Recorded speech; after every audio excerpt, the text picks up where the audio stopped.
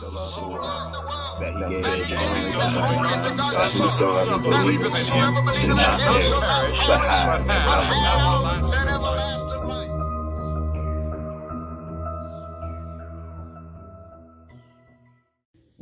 What is up, peoples? I'm back again in Genesis, this time Genesis 3 through 5.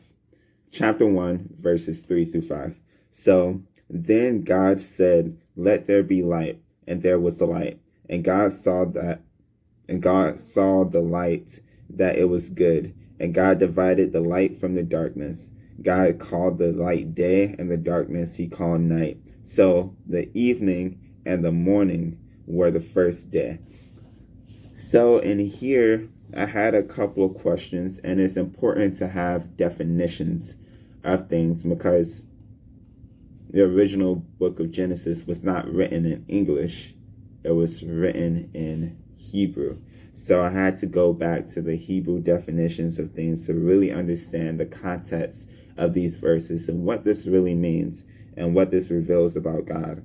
So we already went over in my quiet time yesterday that God created the heavens and the earth.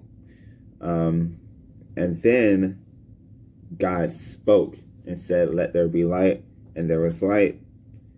And he saw that the light was good. So even from the beginning, it was good. Out of God is good, so everything that he creates is good so far. So far, humanity kind of messed that up, but that's okay. But yeah, he created light, and it is good. So he divided the light from the darkness, and we see that distinction here. And God called the light day, and the darkness he called night. So the term day, well, I'll read the next part. So the evening and the morning were the first day. So the term day in Hebrew, it has many definitions, and it's mainly used in three contexts. If someone is talking about a literal 12-hour day, like daylight, or they're talking about a day as a 24-hour period, or they're talking about a period of time.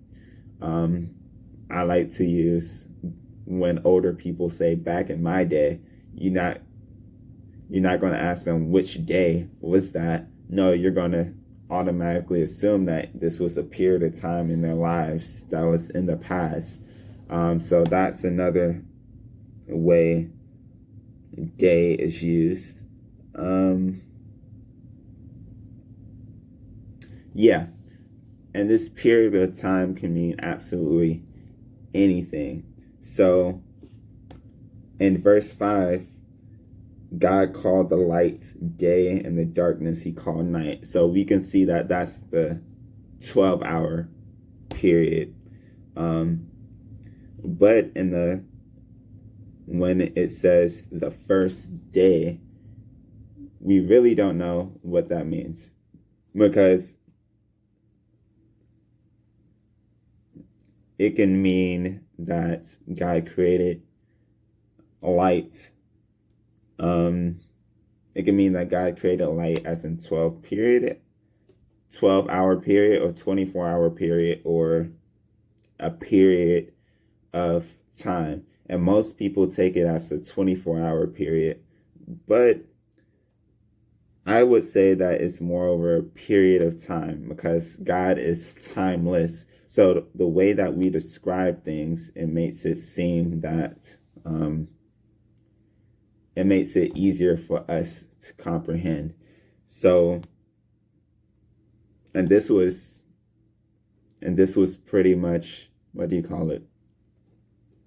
The Hebrew people, they understood this in its context, but I can't go back in time and ask them, what did you mean by this? But this is a piece of literature. It's not meant to be taken literal, word from word all the time.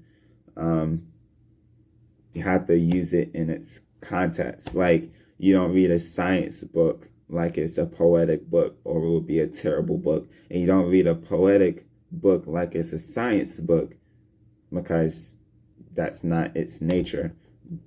But you read the Bible as history. It's a list of poems. It's letters. It's it has people's lives in it. Record people's lives and lifestyles over many, many, many years. So we have to read it in that context as well. But many scientists, they take it literal day instead of taking it for how it's supposed to be read. So yeah, that was my quiet time today. I hope you enjoyed it, and I love you just as Christ loved me. Have a great day.